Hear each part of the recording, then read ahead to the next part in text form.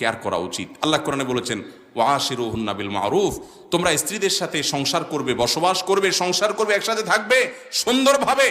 ছোট লোকের মতো, ছেঁচড়ার মতো গালিগালাজ করা, মুখ খারাপ করা, তাদের সাথে ব্যবহার খারাপ করা, অত্যাচার করা, এগুলা করবে না। সুন্দরভাবে জীবনযাপন করবে। আমাদের নবী করিম সাল্লাল্লাহু আলাইহি সাল্লাম, তার স্ত্রী, একাধিক স্ত্রী ছিলেন এবং তাদের মধ্যে টুকটাক মনোমালিন্যও ছিল। কোনো দিন কারো গায়ে টোকা দেন নাই, আঘাত করেন নাই, কটু কথা বলেন নাই, সবর করে গেছেন, সুন্দরভাবে জীবনযাপন করেছেন। এটাই হবে মুসলমানের জন্য আদর্শ।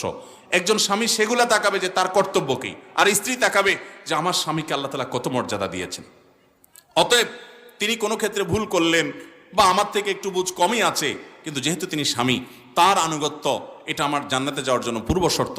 নবী আলাইহিস সালাম বলেছেন ইজা সাল্লাতিল মারআতু খামসাহা ওয়া সামাত শাহরাহা ওয়া আতাআত যাওজাহা ওয়া হাফিজাত ফারজাহা, কোন নারী যখন ৫ ওয়াক্ত সালাত আদায় করবে, রমজানের সিয়াম পালন করবে,